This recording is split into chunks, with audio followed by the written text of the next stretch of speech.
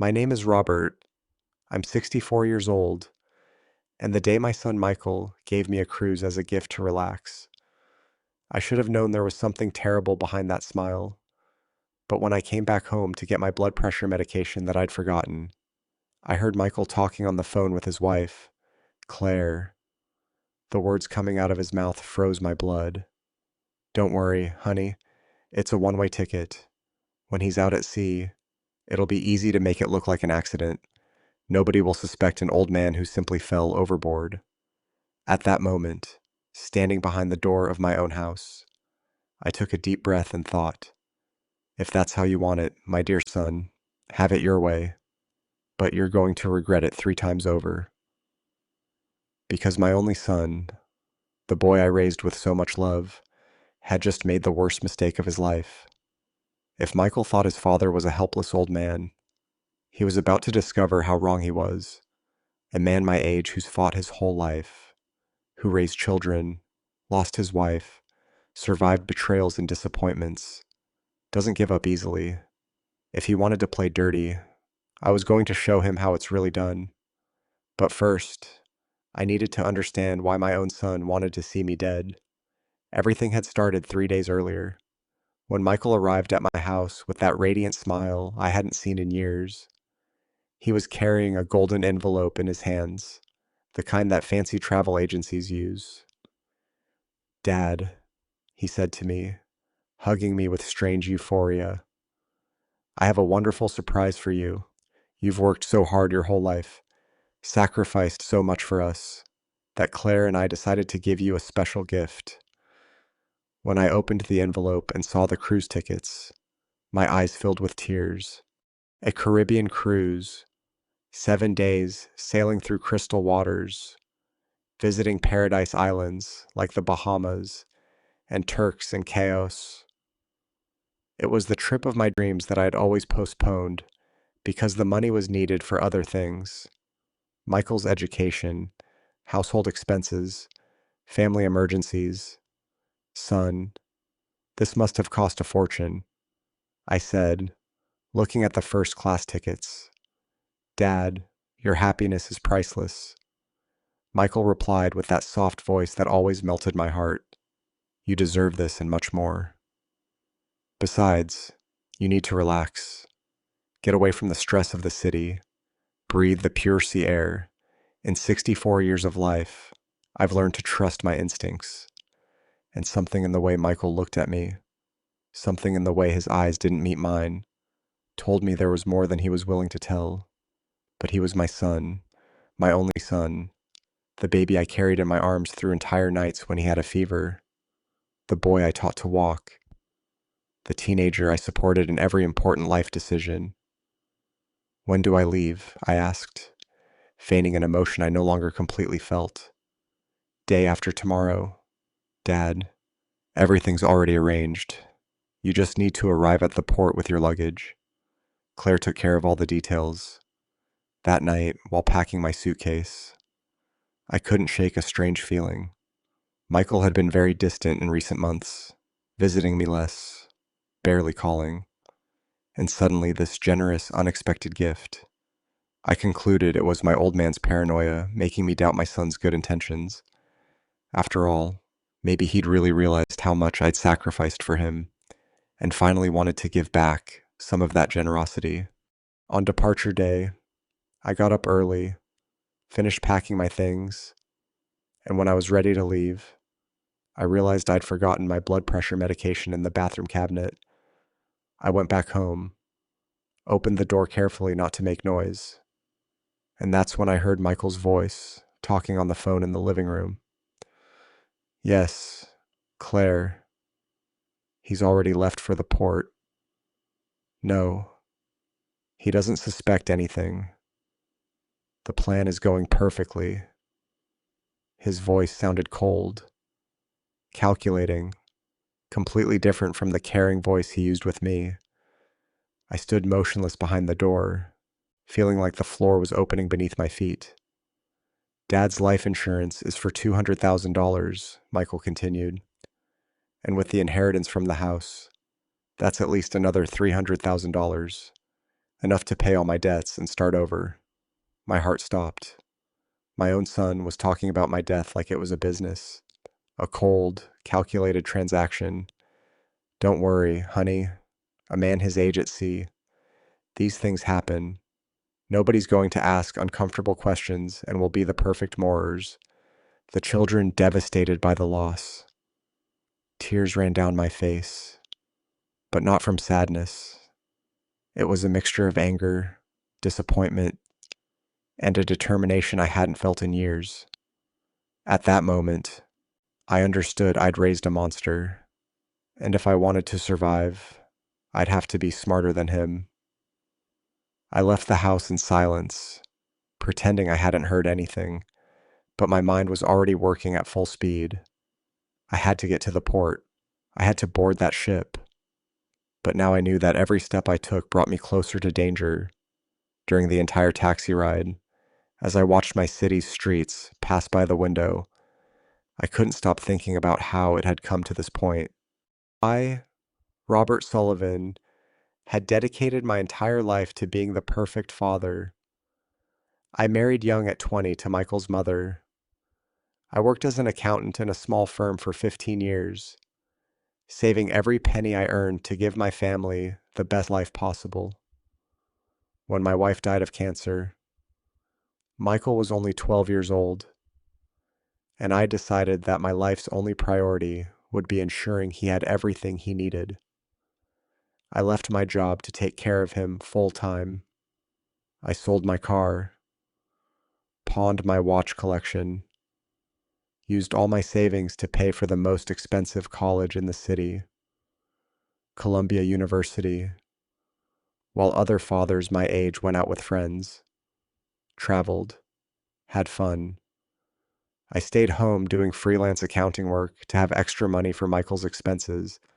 I never complained, never charged him for anything.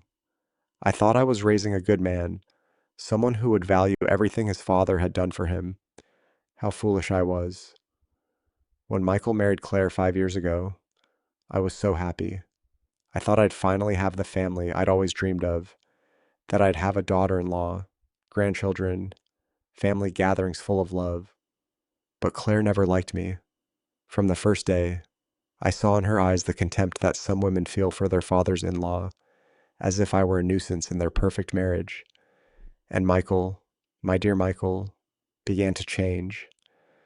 Visits became less frequent, calls shorter, excuses more elaborate. When I asked about his work, he gave me vague answers. When I asked about his plans, he changed the subject.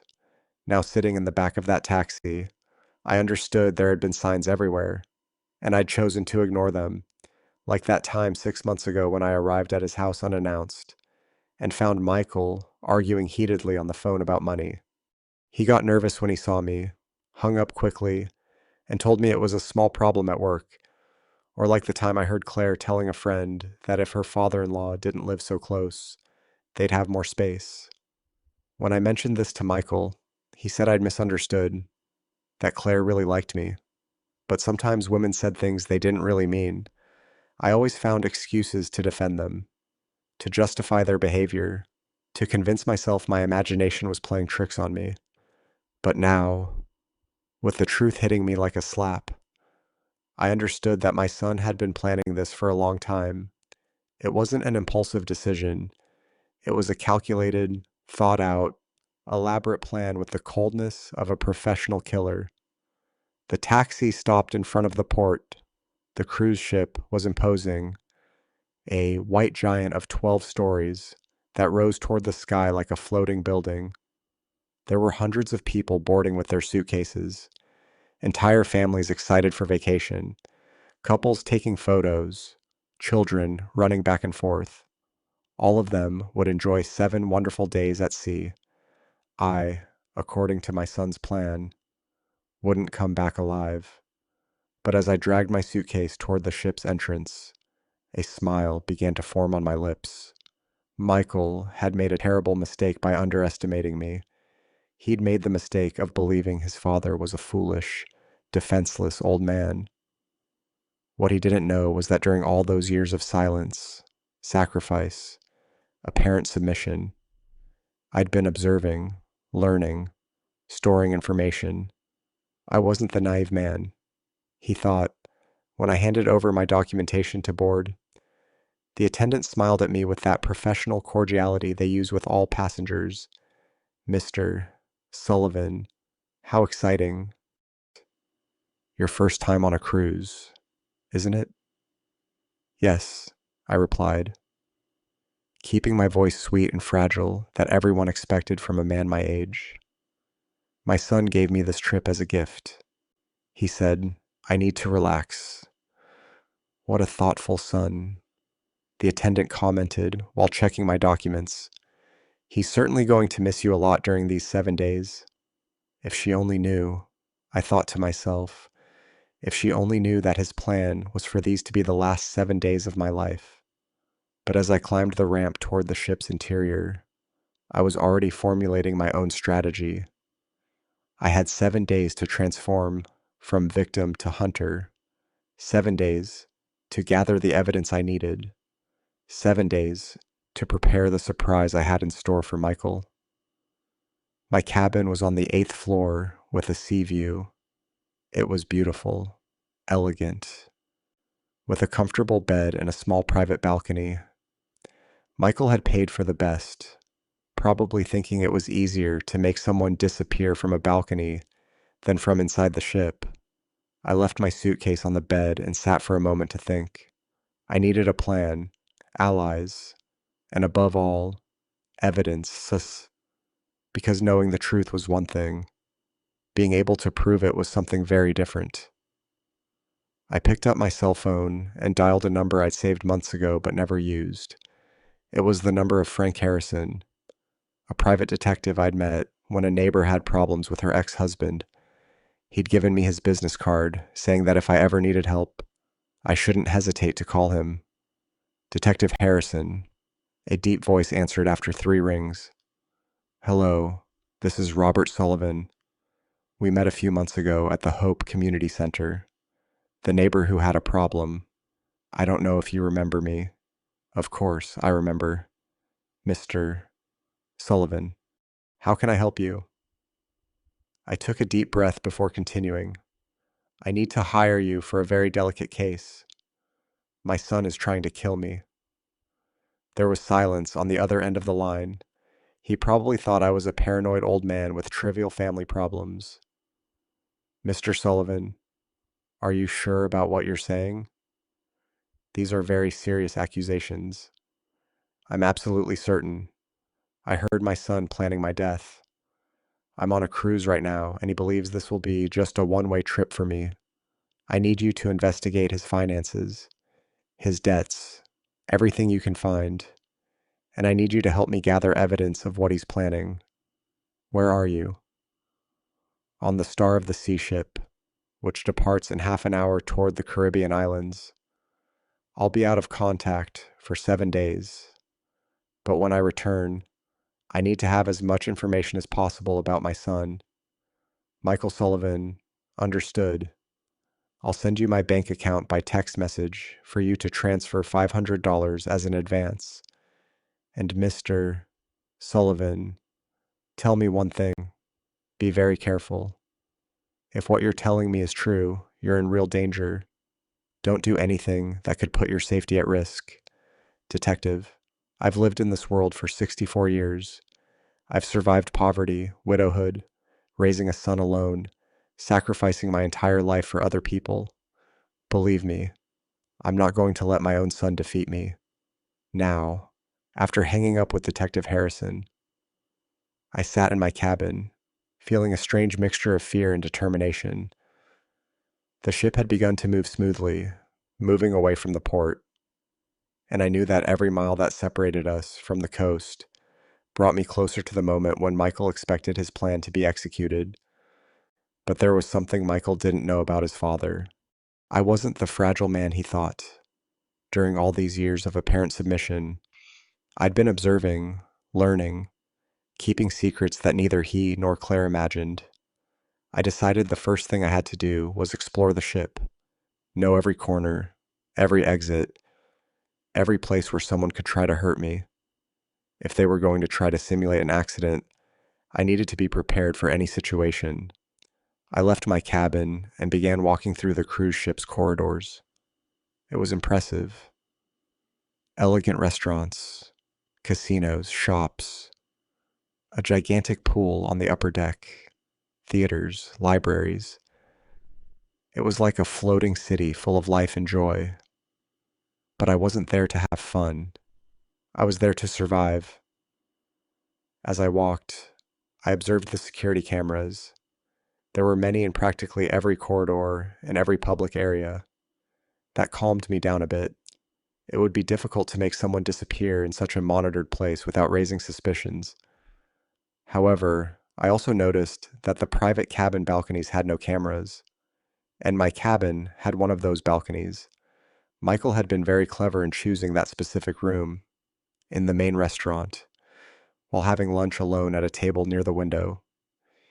I began observing the other passengers. Most were families on vacation, older couples celebrating anniversaries, groups of friends having fun. Everyone seemed innocent, normal, happy. That's when I saw him, a man approximately my age, sitting alone at a nearby table, reading a book while eating. He had silver hair, perfectly styled, and wore an elegant blue suit. Something in his posture told me he was a strong, independent man. Our eyes met by chance, and he smiled at me with that cordiality that only people of our generation know how to share. I decided to approach. "Excuse me," I said timidly.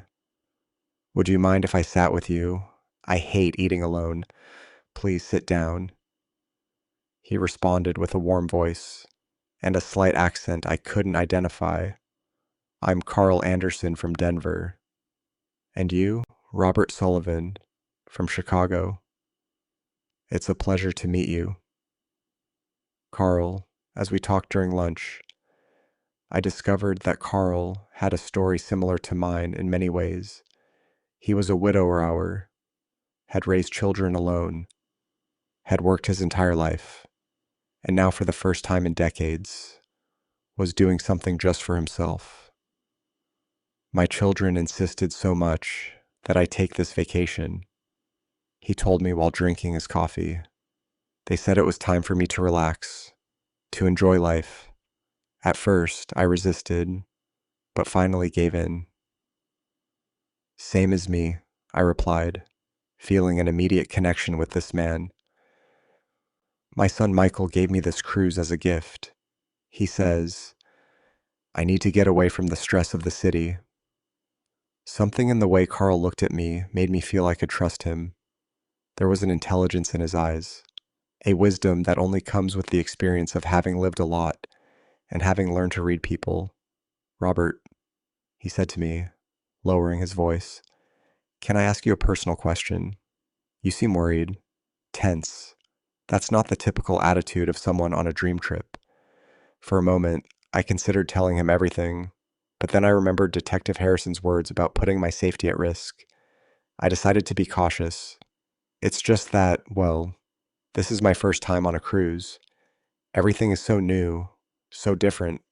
I guess I'm a little nervous."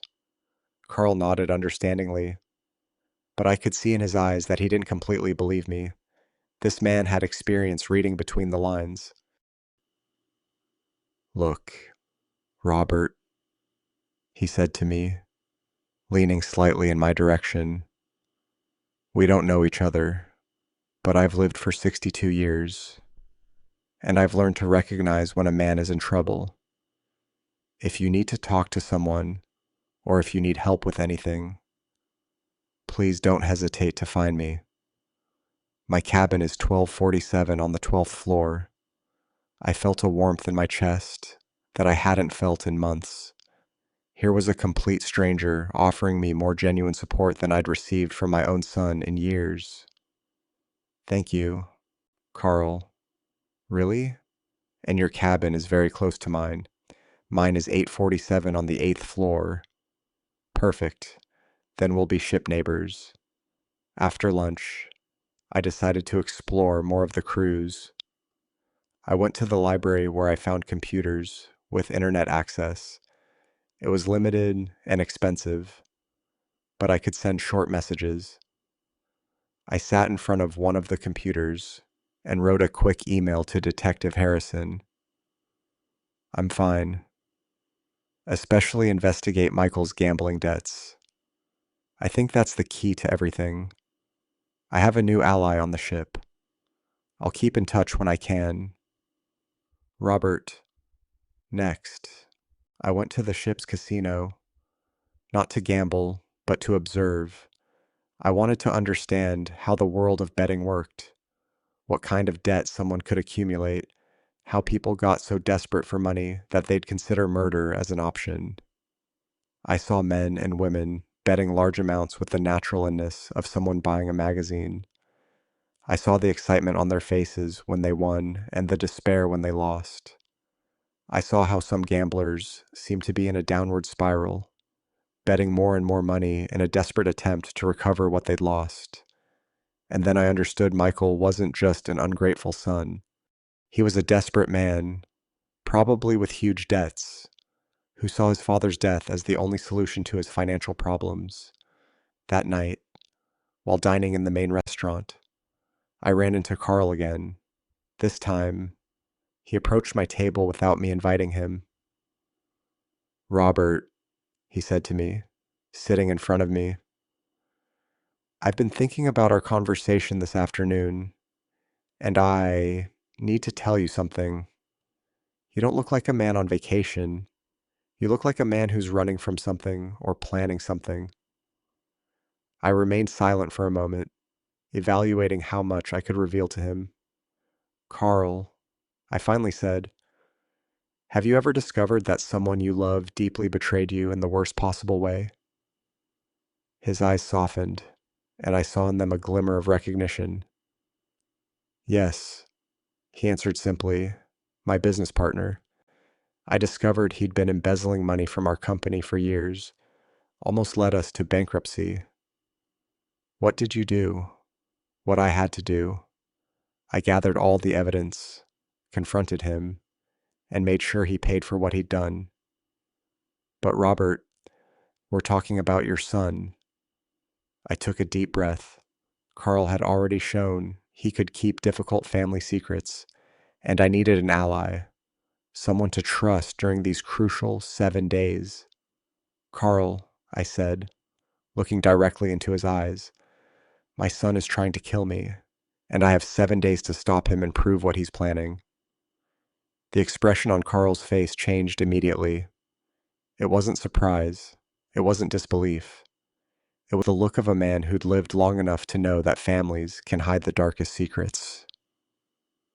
Robert, he said to me, lowering his voice to the point of becoming a whisper, tell me everything from the beginning. For the next 40 minutes, I told Carl the whole story.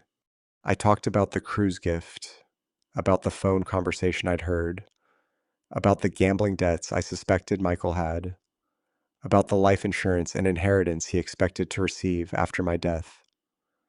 Carl listened to me without interrupting even once. When I finished, he remained silent for a few minutes, processing all the information.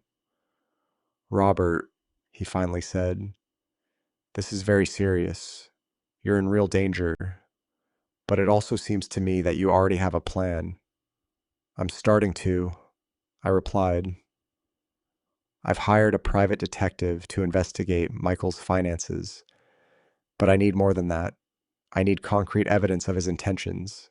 I need witnesses. I need evidence that a judge can't ignore. And how do you think you'll get all that while you're on this ship? That's where I need your help. Carl, Michael is going to try to communicate with me during the trip. He's going to call me, send me messages, pretending to be the concerned son. Each of those conversations will be an opportunity for him to betray himself. Carl nodded slowly, beginning to understand where my plan was going. You want to record? He said. Exactly, but I can't do it alone. I need witnesses. I need someone who can confirm what I'm documenting. Someone without emotional connection to Michael. Someone credible. Count on me. Carl replied without hesitation. But Robert, there's something else we should consider. If Michael is really planning to simulate an accident on the ship, it's possible there's someone else involved. Someone on the cruise who's working with him. That possibility hadn't occurred to me, and it chilled my blood. You think Michael could have bribed someone from the ship's crew? It's possible. Or he could have hired someone to pose as a passenger. Robert, you need to be very alert in the coming days. Don't trust anyone except me. Don't accept drinks from strangers. Don't be alone in isolated places, especially on your balcony. I'd already thought about the balcony. It's a very convenient place. Very private. Exactly. Look, I have a proposal. Why don't you spend the nights in my cabin? I have a suite with a sofa bed. That way, we'll be together. And if someone comes looking for you in your room, they won't find you. Carl's generosity moved me deeply. This man, who'd met me just hours ago, was willing to risk his own safety to help me. Carl, I can't ask you to do that. If Michael really has someone on the ship. Robert, Carl interrupted me firmly. I'm 62 years old. I raised 4 children and buried a wife. I ran my own company for 30 years. I'm not afraid of a spoiled brat who wants to kill his father for money. Besides, he added with a mischievous smile, it's been a long time since I've had an exciting adventure. That night, after dinner, Carl helped me take some of my essential things to his cabin. It was much larger than mine, with the living room separate from the bedroom and a wider balcony. But most importantly, it had 2 beds, which allowed us to watch over each other. While we organized my things, Carl asked me detailed questions about Michael, about his personality, his habits, his relationship with Claire. Tell me, Robert, was Michael always manipulative, or is this something new? He was always very clever, I replied, thinking carefully. Since he was little, he knew exactly what to say to get what he wanted. But I thought it was normal childhood cunning. I never imagined it could turn into this. And Claire, what's the relationship between them like? At first, they seemed very much in love, but in recent years, I've noticed tension. Claire is always complaining about money, that they need a bigger house, more expensive vacations, a better car. And Michael always promises that things will get better, that he'll get more money. Now we know where that money would come from, Carl commented darkly. Around 10 at night, my phone rang. It was Michael. Carl and I looked at each other. The moment had come to put our plan into practice. Remember, Carl whispered while preparing his own phone to record. Make him talk. Make him betray himself. I took a deep breath and answered, Hello, son. Hi, Dad. How's the cruise? Are you having fun? His voice sounded perfectly normal, caring, concerned. If I hadn't heard his conversation with Claire, I would have believed he really cared about me. It's beautiful. Son, the ship is amazing. My cabin is very comfortable. Thank you so much for this generous gift. You're welcome. Dad, you deserve it. Have you met new people? Are you making friends? An interesting question. Why did it matter to him if I was making friends? Yes, I met a very kind gentleman. Carl, we're eating together. There was an almost imperceptible pause before Michael responded. That's good, Dad. It's important that you're not alone, but also, be careful. On these cruises, sometimes there are people who take advantage of older passengers. Carl looked at me with wide eyes. Michael had just sown doubt about anyone who could be my ally. Don't worry, son. I'm very cautious. But tell me, how are things there? How's Claire? Everything's fine. Dad, Claire sends you a hug. She said she hopes you're having a lot of fun and that you relax completely. How kind of her. Michael, can I ask you something? Of course, Dad, whatever you want.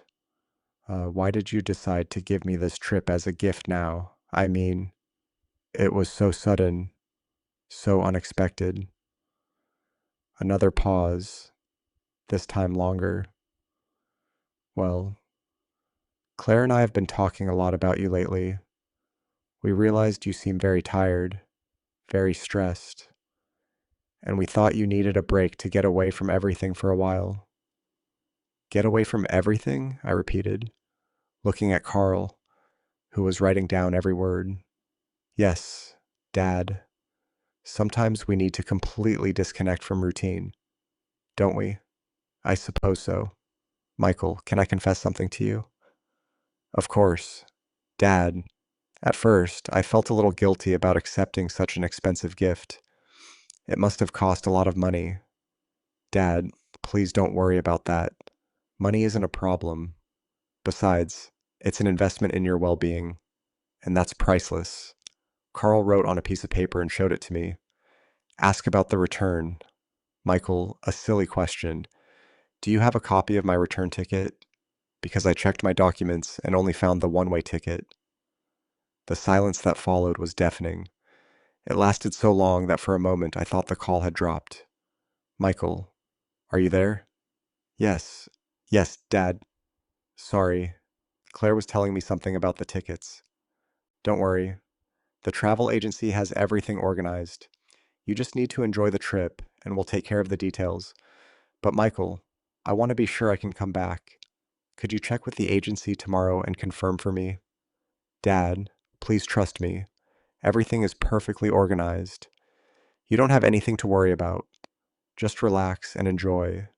That's the goal of the trip. Okay, son, I trust you completely. Perfect. Dad, I love you very much. Sweet dreams. I love you too. Michael, good night. When I hung up, Carl and I remained silent for a few minutes, processing what we just heard. Robert, Carl said finally. That conversation was very revealing. The way he avoided the question about the return ticket, the way he reassured you saying not to worry about anything, it's like he's trying to keep you in a state of false security. And the question about whether I was making friends, I added, it's like he was evaluating if I had allies, if there was someone who would notice if something happened to me. Exactly. Robert, tomorrow, we need to go to the ship's office and personally verify the status of your return ticket. I want to see with my own eyes what Michael really booked. The next morning, Carl and I woke up early with a clear mission. After having breakfast in his cabin to avoid unnecessarily exposing me to public restaurants, we went directly to the passenger service office on the third floor of the ship. The office was an elegant space with several desks staffed by uniformed employees. We approached a young woman named Patricia, according to her badge, who received us with a professional smile. Good morning, gentlemen. How can I help you? Good morning, I replied, trying to keep my voice calm. I need to verify my complete travel itinerary. My name is Robert Sullivan, cabin 847. Patricia typed quickly on her computer and frowned slightly. Mr. Sullivan, I see here that you have the 7-day cruise booked along the Caribbean. But she stopped, looking at the screen with confusion. But what? Carl asked, noticing the hesitation in the employee's voice. It's a bit strange. I see you have a one-way ticket, but no reservation appears for the return flight to Chicago. Normally, our packages include complete round-trip transportation. I felt like I'd been punched in the stomach. Even knowing the truth, hearing the official confirmation hurt deeply. What does that mean exactly? Carl asked, pretending to be as confused as I was. Well, it means that when the cruise ends in 7 days, you have no way to get home. It could be a system error, Or maybe whoever bought the package thought about adding the return flight later. Who bought this package? I asked, even though I already knew the answer. Patricia reviewed the information again. Here it says, it was purchased by Michael Sullivan with a credit card in his name. Is he your relative? He's my son, I replied, feeling a mixture of sadness and anger. Oh well, then surely he'll take care of buying your return ticket. But Mr. Sullivan, I recommend you communicate with him soon, because flights from Miami to Chicago tend to fill up quickly, especially at this time of year. Carl and I looked at each other significantly. Patricia Carl intervened. Would it be possible for Mr. Sullivan to buy his return ticket right now to be sure he'll have a seat? Of course. Let me check availability. Patricia typed for several minutes. I have availability on a flight leaving Saturday at 3:00 p.m. the day the cruise ends. The cost would be $750. I want it, I said immediately, pulling out my credit card. While Patricia processed the purchase, Carl whispered in my ear, Robert, we just got our first piece of evidence. Michael deliberately didn't buy your return ticket. That shows premeditated intent. When we left the office, we decided to walk on the ship's deck to talk privately. The day was beautiful, with bright sun and a gentle breeze, but I couldn't enjoy anything knowing what I knew. Carl, I said as we walked near the railing, every piece of evidence we find hurts me more. It's like discovering over and over that my own son wants to see me dead. I know, Robert, but every piece of evidence we find also protects you more. Look what we just did. Now you have your return ticket, and we have documented evidence that Michael never intended for you to come back alive. At that moment, my phone rang. It was a text message from Michael. Good morning, Dad. How did you wake up? Did you sleep well in your cabin? I showed the message to Carl. He's checking if you're in your cabin. He told me. He probably expected you to answer from there. I decided to test something. I replied, Good morning, son. I slept very well. I'm on the deck sunbathing. The ship is wonderful. The response came almost immediately. That's good, Dad. Enjoy a lot. Have you explored the whole ship yet? Another strange question. Why did he care how much I'd explored the ship? I haven't explored everything yet. It's very big.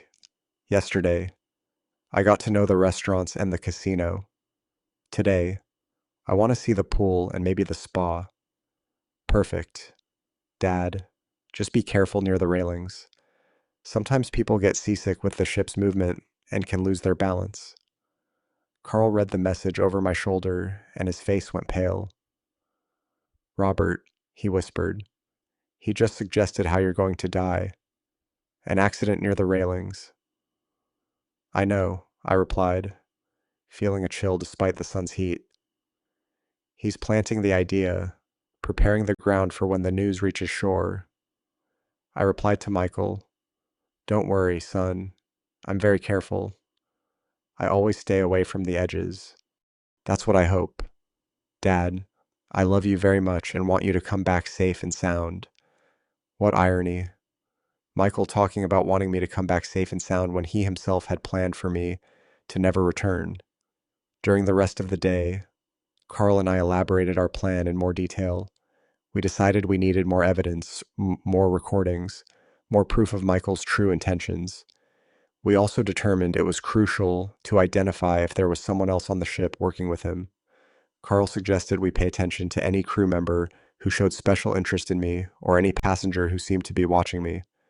That afternoon, while we were at the pool, I noticed a man approximately 40 years old was watching us from the bar. He was wearing a green shirt and long pants, which was strange for being next to a pool. Every time I looked at him, he quickly looked away. Carl, I whispered, that man at the bar, the one in the green shirt, notice he's watching us. do, Carl turned discreetly to look at him. Yes, I see. And you're right. His behavior is suspicious. Let's do a test. Carl got up and walked to the other side of the pool as if going to the bathroom. I stayed in my place, watching the man.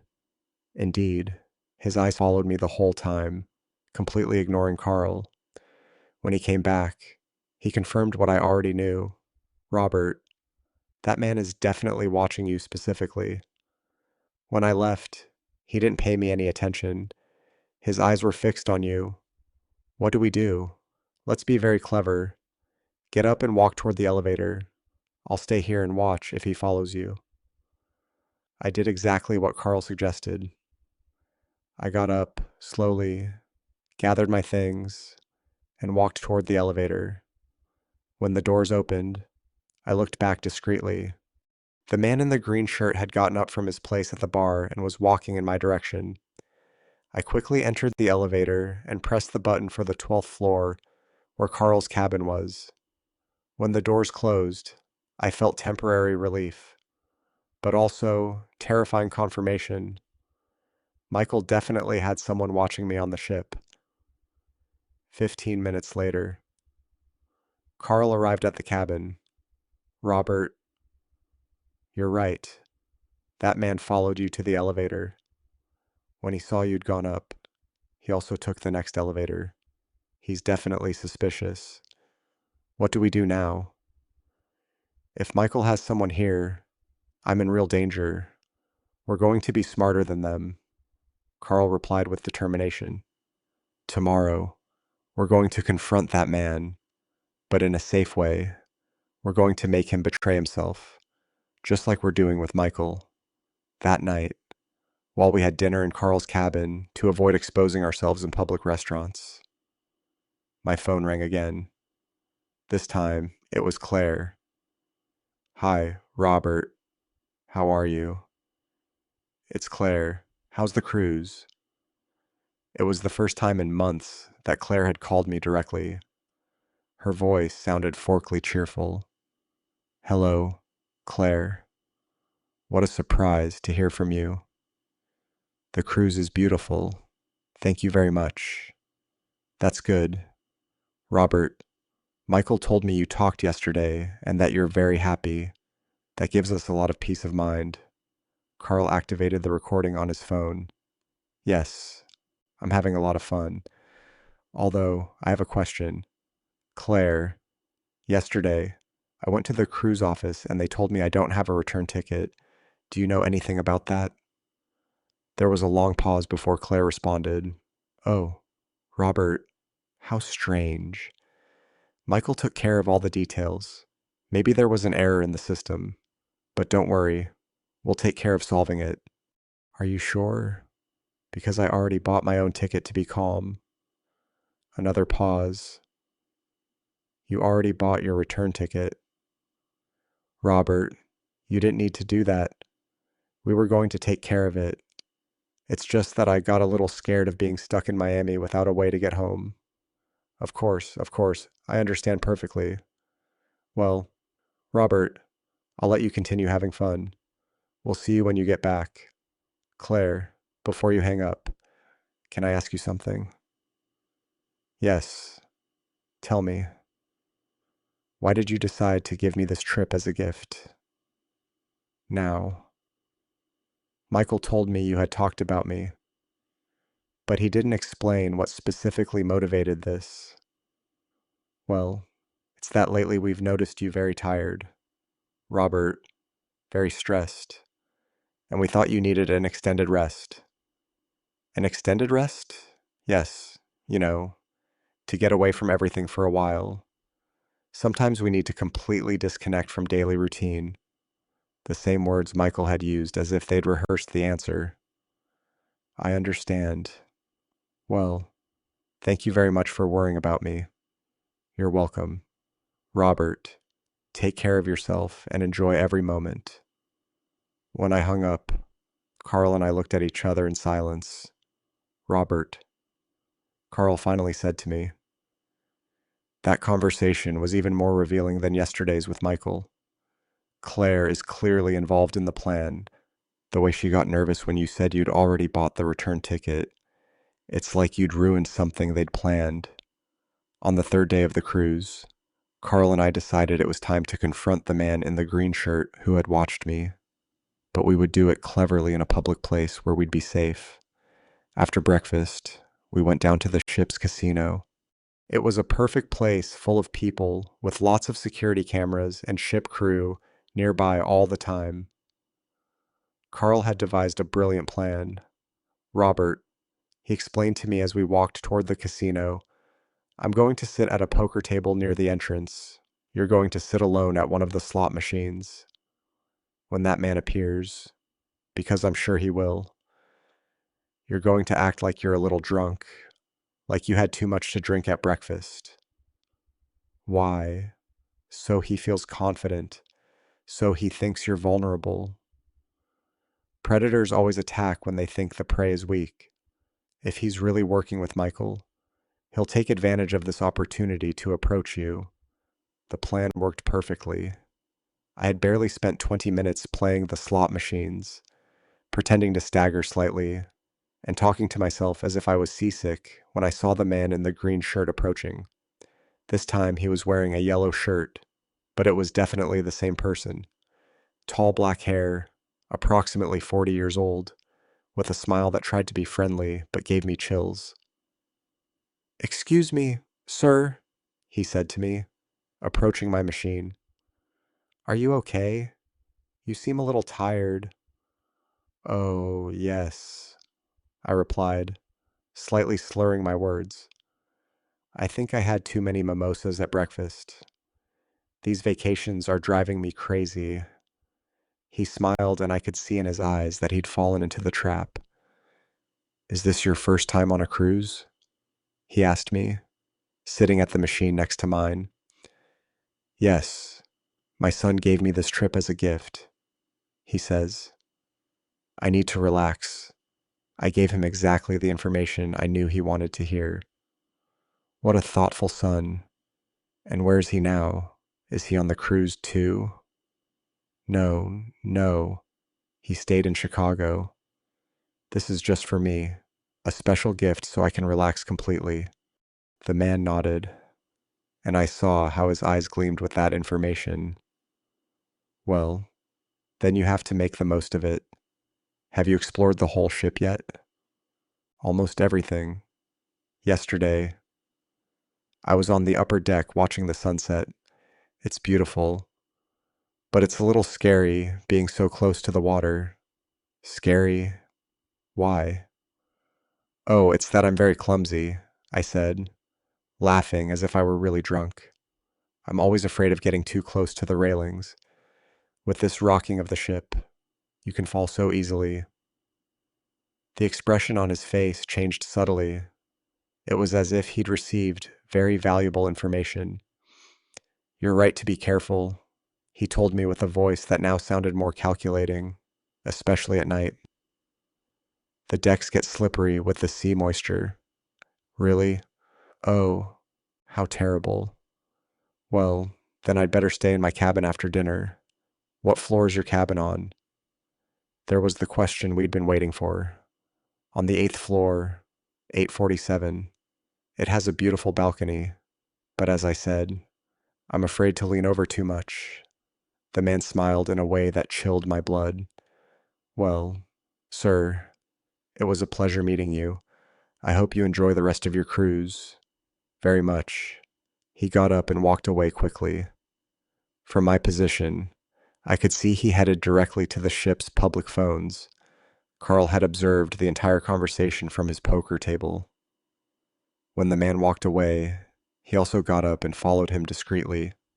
15 minutes later, Carl came back to find me with an expression of urgency on his face.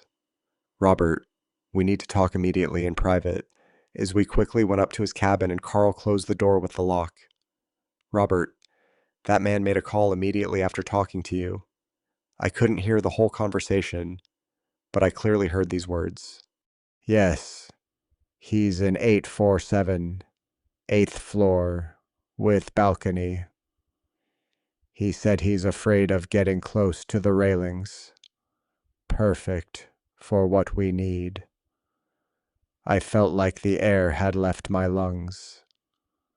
Carl, are you absolutely sure of what you heard? Absolutely.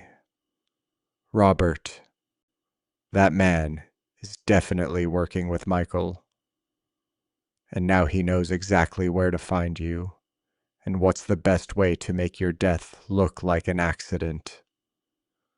I sat on the cabin sofa, feeling the weight of reality falling on me like an avalanche. What do we do now if Michael has someone here and that someone already knows how he plans to kill me? We're going to get ahead of them, Carl replied, with a determination that calmed me. Robert, you're not going to set foot in your cabin again for the rest of the trip. You're going to stay here with me where you're safe. But more importantly, we're going to set a trap. What kind of trap? Tomorrow night will be the captain's gala party. Everyone will be in the main hall until late at night. That will be the perfect night for someone to try to enter your cabin or wait for you on your balcony. Carl, I'm not going to use my life as bait. You won't need to. But we're going to use this opportunity to catch that man red-handed. We're going to notify ship security. We're going to set a trap. And we're going to get irrefutable evidence of what's happening. That afternoon, while we planned our strategy, my phone rang again. It was Michael, but this time his voice sounded different, more anxious. Dad, how are you? Are you enjoying the cruise? Very well, son. Every day is a new adventure. Are you still sleeping well in your cabin? Haven't had problems with noise or anything? A very specific question, as if he were verifying if I was still using my cabin. No, son. I sleep perfectly. My cabin is very quiet. That's good. Dad, tomorrow is Thursday, isn't it? Do you have special plans? I think tomorrow is the captain's gala party. It's going to be very elegant. Oh, yes. Those parties are beautiful. Are you going? Of course, I already have my green suit ready. Perfect. Dad, enjoy a lot. What time do those parties usually end? Another very specific question. Michael was collecting information about my schedule. I'm not sure. Probably late. After midnight. Well, when it's over, go straight to your cabin to rest. Don't walk around the decks at night. It can be dangerous. Carl looked at me with wide eyes. Michael had just given me specific instructions to go directly to my cabin after the party, the exact place where someone would be waiting for me. Don't worry, son. I'll go straight to my room after the party. Perfect. Dad, I love you very much. Sleep well. When I hung up, Carl and I remained silent for several minutes. Robert, he finally said to me, that conversation confirms everything. Michael knows exactly when the attack will be. He probably told that man himself that tomorrow night, after the gala party, you'll be alone in your cabin. Carl, I'm scared. This plan is becoming very real, very dangerous. I know, Robert, but we're also very close to having all the evidence we need. One more night, and we'll have enough evidence to send Michael to jail for the rest of his life. That night, I couldn't sleep. Every noise in the hallway startled me. Every movement of the ship reminded me how vulnerable I was in the middle of the ocean. But I also felt something I hadn't felt in years, an inner strength, a fierce determination not to let myself be defeated. Michael had completely underestimated his father. He'd made the mistake of believing I was a defenseless old man who would give up easily. Tomorrow night, he was going to discover how wrong he was. On Thursday morning, Carl and I put the most crucial part of our plan into practice. We had to contact ship security without alerting the man who was watching me, and we needed to do it in a way that they would take us seriously. Carl suggested we go directly to Captain John Peterson. As a former businessman, He knew that going directly to the highest authority was the best way to ensure we'd be heard. Robert, he explained to me as we prepared, cruise ship captains are trained to handle all kinds of situations: kidnappings, robberies, murder attempts. He'll know exactly what to do. At 9 a.m., we presented ourselves at the captain's office. He was a man of approximately 50 years old, with gray hair and a presence that immediately inspired respect and confidence. Gentlemen, I'm Captain John Peterson. How can I help you? Carl took the initiative. Captain, we have a very serious situation to report. Mr. Robert Sullivan is being watched by a suspicious man, and we have reason to believe his life is in danger. The captain invited us to sit down and listened attentively while we told the whole story. We showed him the recordings of the phone conversations with Michael and Claire. We explained about the one-way tickets and described in detail the man who had followed me. Mr. Sullivan, the captain said when we finished, this is extremely serious. If what you're telling me is true, we're talking about a premeditated murder attempt on my ship. Captain, I replied, I understand it seems incredible, but every piece of evidence we've gathered points to the same conclusion. It doesn't seem incredible to me at all. The captain replied gravely, I've been sailing for 20 years, and I've seen everything. Greed can lead people to do unimaginable things, even to their own family members. Carl leaned forward. Captain, we have a plan to catch this man red-handed tonight during the gala party, but we need your help and your security team's cooperation.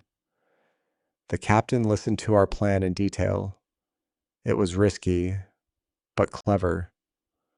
I would go to the gala party as planned, but instead of going to my cabin afterward, I would hide with Carl. Meanwhile, ship security would watch my cabin and the surrounding area to catch the suspicious man if he tried anything. It's a good plan, the captain admitted, but we're going to make some modifications to ensure your safety completely. He explained that they would install additional cameras near my cabin, that they would have security agents disguised as passengers in nearby corridors, and that they would give me a panic device I could activate from anywhere on the ship. Mr. Sullivan, the captain said before we left, I want you to know that from this moment on, you're under this ship's official protection. I won't allow anything to happen to you while you're under my responsibility. For the first time in days, I felt truly safe. The rest of the day passed slowly. Carl and I stayed in his cabin, going over the plan several times, making sure we were prepared for any eventuality. At 5 p.m., we began getting ready for the gala party. It was important that I looked normal, that I didn't give any sign that I knew what was happening. I put on my most elegant green suit, styled my hair carefully, and prepared myself as if I were really excited for the party. Carl wore a beautiful golden suit that made him look sophisticated and confident. Robert, he said to me as we finished getting ready, tonight everything will change. Tomorrow morning you'll be free of Michael forever, and he'll be facing the consequences of his actions. The gala party was spectacular. The ship's main hall had been transformed into a floating palace with elegant decorations, live music, and tables full of exquisite food. There were hundreds of elegantly dressed passengers dancing, laughing, enjoying the night, but I couldn't concentrate on the beauty of the party. My eyes constantly searched for the man in colored shirts, trying to locate him among the crowd. I found him near the bar, this time wearing a white shirt and a black suit. He seemed dressed for the occasion, but his eyes were fixed on me, following my every movement. Carl and I danced, ate, talked with other passengers, pretending it was a normal vacation night. But internally, we were both counting the minutes until we could put our plan into action. At 11:30 p.m., I decided it was time to make my move. I approached Carl and whispered, "It's time. I'm going to leave the main hall as if I were going to my cabin. You wait 5 minutes and follow me." I left the main hall, walking slowly as if I were tired after a long night of partying. I took the elevator to the 8th floor where my cabin was, but instead of going to my room, I quickly headed toward the emergency stairs that led to the 12th floor. From the stairs, I could see the corridor leading to my cabin. It was deserted, lit only by the ship's nightlights. Carl arrived 5 minutes later, and together we hid in the stairs, watching my corridor through a small window. "See anything?" he whispered. "Not yet, but I'm sure he'll appear." We didn't have to wait long. At 12:15, we saw a figure moving stealthily through the corridor. It was the man in the white shirt, but now he was wearing black gloves and holding something in his hands that I couldn't identify. He headed directly to my cabin and stopped in front of the door. He took something from his pocket, probably lockpicking tools, and began working on the door. "Carl," I whispered, "he's entering my cabin. We need to alert security now." Carl immediately activated the panic device the captain had given us. A small red light began blinking, sending a silent signal to the security team. They managed to open my cabin door and entered. From our position, we could see he had a small flashlight and was inspecting the room. 3 minutes later, ship security agents began appearing in the corridor. They moved silently, surrounding my cabin from both sides. Suddenly, the man came out of my cabin and headed for the balcony. We continued watching him through the corridor windows. He was inspecting the balcony railing as if planning exactly how to make my death look like an accident. That's when ship security acted. 3 agents entered the cabin simultaneously, surrounding the man before he could react. From our position in the stairs, we could hear the commotion when they arrested him. He was shouting, insisting he'd entered the cabin by mistake, that he'd gotten the wrong room. But when they searched his pockets, they found a small bottle with liquid lockpicking tools, and most incriminating of all, a cell phone with text messages from Michael. Carl and I went down to the 8th floor, where Captain John was already supervising the situation. "Mr. Sullivan," the captain said, "we caught your attacker and found very interesting evidence." He showed me the man's cell phone. There were several messages from Michael with specific instructions. "Wait until after midnight. Make it look like he fell from the balcony by accident. Make sure there are no signs of struggle." I felt a mixture of relief and horror. Relief because I was alive and safe. Horror because I had final confirmation that my own son had paid someone to murder me.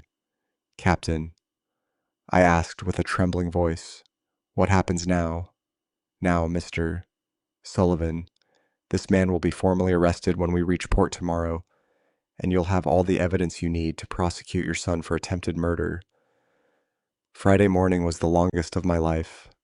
After the man Michael had hired was arrested, Carl and I stayed awake in his cabin, processing everything that had happened.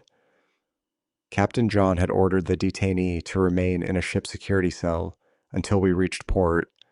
"Robert," Carl said to me as we had coffee at 3 a.m., "do you realize what we just did?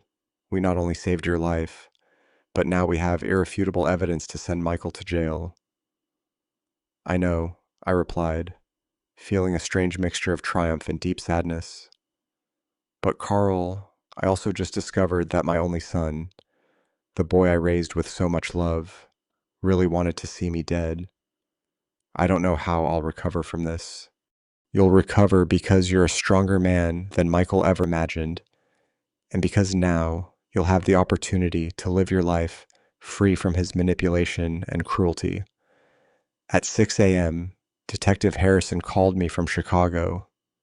He'd worked all night investigating Michael's finances.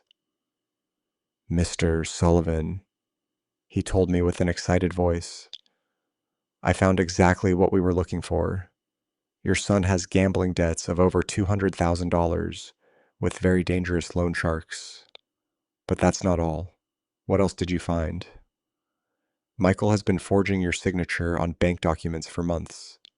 He used your house as collateral for several loans without your knowledge. If you had died, he would have inherited everything and been able to pay his debts. But Robert, there's one more thing you need to know. Tell me. Claire is also in debt up to her neck. She has overdue credit cards for more than $50,000. Both were desperate for money, and your death was the only solution they saw. Each new revelation was like a dagger to the heart. Not only Michael, but also Claire had planned my death for money. Detective Harrison, what do we need to do now? When you return to Chicago tomorrow, we'll go straight to the police station. With all the evidence we have, Michael and Claire will be arrested immediately after hanging up. I sat in silence for a long time. Carl respected my need to process everything I'd heard. Finally, I decided it was time to do something I'd been putting off. Call Michael. Carl, I said, I want to call Michael now. I want to hear his voice when I tell him I know everything he's done. Are you sure? Robert, this could be dangerous. If he realizes his plan failed, I don't care about danger anymore. I'm tired of pretending. Tired of acting like the naive father who doesn't know anything. I want him to know his father isn't the foolish old man he thought. I dialed Michael's number. He answered on the second ring. Dad, what a surprise. How did you wake up? Did you sleep well after the party? His voice sounded falsely cheerful as always. But now I could hear the lie behind every word. Hello, Michael.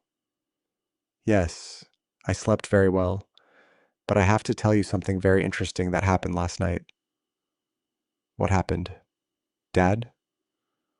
Well, after the party, when I returned to my cabin, I found a man trying to enter my room. Can you believe that? There was a long silence on the other end of the line. A man? What kind of man? A man about 40 years old. Ship security arrested him. And you know what's strangest? Michael? What, Dad? When they searched his phone, they found messages from you. Messages where you gave instructions on how to kill me and make it look like an accident. The silence that followed was deafening. It lasted so long, I thought Michael had hung up. Michael, are you still there? Dad, he finally said with a completely different voice, cold and calculating. I don't know what you're talking about. That's impossible. It's impossible. Michael, I have recordings of all our phone conversations. I have evidence that you never bought my return ticket. I have proof that you hired a killer. And the detective I hired has evidence of all your gambling debts and the fraudulent loans you took using my house. Another long silence. You hired a detective. Dad, have you gone crazy? No, Michael, I've become smart for the first time in my life. I stopped blindly trusting you and started using my brain. Dad, I think the stress of the trip is affecting you. You're saying things that don't make sense. They don't make sense. Michael, your plan failed. The man you hired is arrested. I'm alive. And tomorrow, when I return to Chicago, you're going to be arrested for attempted murder. Dad, you need to calm down. When you get home, we'll talk calmly. You're confused. I'm not confused. Michael, I'm disappointed. I'm discouraged. I'm sad for having raised a son who valued money more than his own father's life. But I'm not confused. And don't call me Dad ever again. I said with a firmness I didn't know I had. A father is someone who's respected, loved, protected. You only saw me as an obstacle between you and my money. Listen to me well. Michael, when I arrive in Chicago tomorrow, I'm going to hand over all the evidence to the police station. I'm going to testify against you. And I'm going to make sure you spend the rest of your life in jail thinking about what you did to the man who gave you life. Dad, you can't do that. I'm your son. A son doesn't try to kill his father. A monster. Yes, I hung up the phone. Carl hugged me while tears rolled down my face. They weren't just tears of sadness. They were tears of liberation, anger, relief, pain. It was as if all the feelings from the past days were coming out of me at the same time. Robert, Carl said to me softly, what you just did required incredible courage. That wasn't the end of a relationship. That was the birth of a new Robert, a man who will never again allow anyone to abuse his kindness. The rest of the day we spent preparing for the return to Chicago. Captain John helped us organize all the evidence, the recordings of phone conversations, security reports, witness statements, photos of the arrested man and the objects found with him. Mr. Sullivan. The captain told me before dinner, I want you to know that in my 20 years sailing, I've never seen a man demonstrate as much courage and determination as you've demonstrated this week. Your son completely underestimated his own father. That night, my last night on the cruise, Carl and I had dinner in the main restaurant for the first time since the first day. I no longer had to hide, no longer had to pretend, no longer had to be afraid. Carl, I said as we toasted with champagne, I don't know how to thank you for everything you've done for me. You saved my life. Robert, you saved your own life. I was just your adventure companion, but I want you to know that this experience has changed me, too. It reminded me that men our age still have a lot to offer the world, a lot of strength to show. What are you going to do when we get back to land?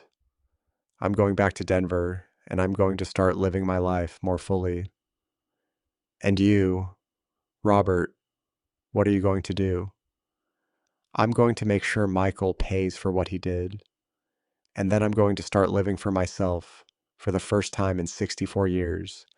On Saturday morning, when the cruise ship arrived at the port of Miami, I was no longer the same man who had boarded that vessel 7 days earlier. I was Robert Sullivan, but a completely new version of myself. Stronger, smarter, more determined than ever. Carl and I said goodbye at the port with tears in our eyes, but also with the promise to keep in touch forever. He had been more than a friend during those crucial days. He had been my brother, my ally, my savior. Robert, he said to me as we hugged for the last time, remember that you're no longer the man who sacrifices in silence. You're the man who fights for his life and wins. Never forget that strength you discovered. I'll never forget, Carl, and I'll never forget that when I needed someone most, you appeared like an angel in my life. My flight to Chicago left at 300 Palm. I had enough time to call Detective Harrison and confirm that everything was ready for what was coming. Mr. Sullivan, the detective told me, I have everything prepared. The moment you land, we're going straight to the police station. The chief has already reviewed all the evidence I sent him and is ready to proceed with the arrest warrants. During the flight back to Chicago, I couldn't help but reflect on everything that had happened. A week ago, I was a 64-year-old man living in silence who had dedicated his entire life to pleasing others, who had allowed himself to be underestimated and ignored. But those 7 days on the cruise had transformed me completely. I had discovered that I had a strategic intelligence I'd never used, a courage I'd never demonstrated, a determination I'd never needed. When the plane landed in Chicago, Detective Harrison was waiting for me at the airport. He was a man of approximately 50 years old, tall with gray hair, and a presence that immediately inspired confidence. Mr. Sullivan, he said, shaking my hand. It's an honor to finally meet you. What you accomplished on that cruise was extraordinary. Detective, I just did what I had to do to survive. No, sir, you did much more than survive. You orchestrated your own son's downfall with a precision that even the most experienced detectives admire. We went directly to the police station where Chief Carlos Martinez was waiting for us. He was a serious man of approximately 40 years old who had meticulously reviewed all the evidence. Mr. Sullivan, the chief said to me after hearing my complete statement, in my 15 years as chief, I've never seen a case so well documented by the victim himself. The recordings, the financial evidence, the cruise crew statements, everything forms a case as solid as a rock. What happens now? I asked. Now we issue arrest warrants for Michael Sullivan for attempted murder, criminal conspiracy, and financial fraud, for Claire Sullivan for criminal conspiracy and complicity in attempted murder. Both will be arrested before the day ends. 2 hours later, I was sitting in my living room in my own house, waiting. Detective Harrison had insisted on staying with me until Michael and Claire were arrested, in case they tried something desperate. At 6 p.m., my phone rang. It was Chief Martinez. Mr. Sullivan, I have news. Michael and Claire have been arrested. We found them at their house, apparently preparing to flee the country. They had packed suitcases and plane tickets to Toronto. I felt a mixture of relief and deep sadness. Relief because I was finally completely safe. Sadness for the final confirmation that my son really had wanted me dead. What will happen to them now? They'll be prosecuted by justice. With all the evidence we have, they'll probably receive long prison sentences. Michael is facing charges that could lead him to 20 years in jail. Claire, as an accomplice, is facing up to 10 years. That night, alone in my house for the first time in a week, I sat in my favorite armchair and reflected on everything that had changed in my life. I no longer had to live in fear of my own son. I no longer had to pretend I didn't know how cruel he was. I no longer had to sacrifice my well-being for someone who didn't value me. But more importantly, I had discovered something about myself that I'd never known. I was capable of fighting for my own life and winning. The following months were a whirlwind of legal procedures. I had to testify at trial, confront Michael in court, relive all the details of his betrayal. It was painful, but also liberating. During the trial, Michael tried to act like the repentant son, like a man who had made a terrible mistake but really loved his father. But the evidence was overwhelming. The recordings, text messages, the testimony of the man he'd hired to kill me, the financial evidence, everything painted the picture of a man who had coldly planned his own father's murder. On the day the sentence was announced, Michael was sentenced to 18 years in prison. Claire received 8 years. When I heard the verdict, I didn't feel joy, but I felt justice. After the trial, I made important decisions about my life. I sold the house where I'd lived for so many years, the house full of painful memories. With the money from the sale, I bought a small, comfortable apartment in a new area of the city. But most importantly was what I did with my time and energy. I began working as a volunteer at a help center for older men who had been victims of family abuse.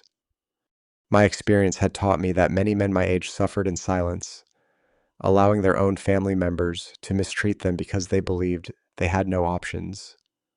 Gentlemen, I would say to the men who came to the center seeking help, I want to tell you the story of how my own son tried to kill me and how I managed not only to survive, but also to bring him to justice. Every time I told my story, I saw in those men's eyes the same awakening I had experienced on the cruise, the understanding that they weren't condemned to be victims, that they had more strength and resources than they imagined. Carl and I maintained our friendship through weekly phone calls and occasional visits. He had become more than a friend. He was my battle brother, the person who had helped me discover who I really was. A year after the cruise, Carl came to visit me in Chicago. We were having dinner in my new apartment when he asked me a question that surprised me. Robert, have you ever regretted exposing Michael? Have you ever felt nostalgic for the relationship you had before? Carl, I replied without hesitation. The relationship I thought I had with Michael never really existed. It was an illusion based on my need to believe I'd raised a good man. The truth is that Michael was always manipulative, always selfish, always saw me as a means to get what he wanted. I just didn't want to see it. And don't you miss having family? I have family, I said, smiling. I have you. I have the men at the center who have become my brothers. I have a life full of people who value me for who I am and not for what they can get from me. On my second anniversary back from the cruise, I decided to do something that would symbolize my complete transformation. I signed up for dance classes. At 66 years old, I learned to dance swing, salsa, and ballroom. Mr. Sullivan, said my dance instructor, a 30-year-old young man named Luis. I've never seen someone your age move with such confidence and grace. Where did you learn to have such self-confidence? I learned at sea, I replied with a smile. I learned that when a man fights for his life, he discovers a strength he never knew he had. Now, when I look back at those 7 days on the cruise, I don't see them as the darkest days of my life. I see them as the days that saved me, the days that taught me who I really was. I am Robert Sullivan, a man who survived the deepest betrayal imaginable. I'm a man who transformed his own son from hunter to prey. I'm a man who at 64 years old discovered it's never too late to be reborn.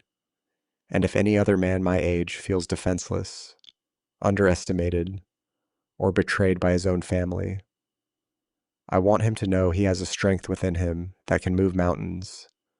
He just needs to decide to use it, because when a man like me says, "If that's how you want it, my dear, have it your way, but you're going to regret it 3 times over," he's not making an empty threat. He's making a promise he'll keep to the very end. And Michael regretted it. He regretted it when he was arrested. He regretted it when he was convicted. And he'll continue regretting it every day of the next 18 years he'll spend in prison, remembering that he completely underestimated the man who gave him life. Did you like my story, and what city are you listening from? Let's meet in the comments. If you like the story, you can support me by sending a super thanks so I can continue bringing more stories like this. I already thank you very much for the support. I'm waiting for your comments about the story. In the video, you can see 2 new life stories that I recommend from the heart. There's much more on my channel. Don't forget to subscribe. Until the next life story with affection and respect from Father's advice.